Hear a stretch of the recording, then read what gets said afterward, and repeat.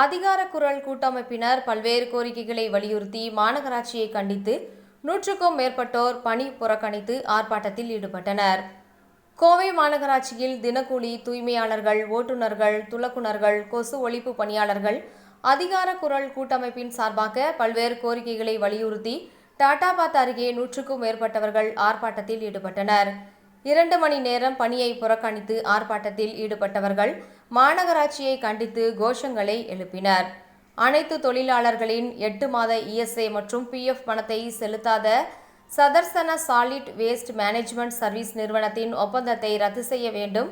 மாநகராட்சி ஒப்பந்தப்படி ஊதியம் வழங்க வேண்டும். பணி சுமையால் உயிரிழந்த தொழிலாளர்களுக்கு நிவாரணமாக 20 லட்சம் ரூபாய் வழங்கவும், பணி பாதுகாப்பை உறுதி செய்தல் உள்ளிட்ட பல்வேறு கோரிக்கைகளை வலியுறுத்தி ஆர்ப்பாட்டத்தில் ஈடுபட்டனர்.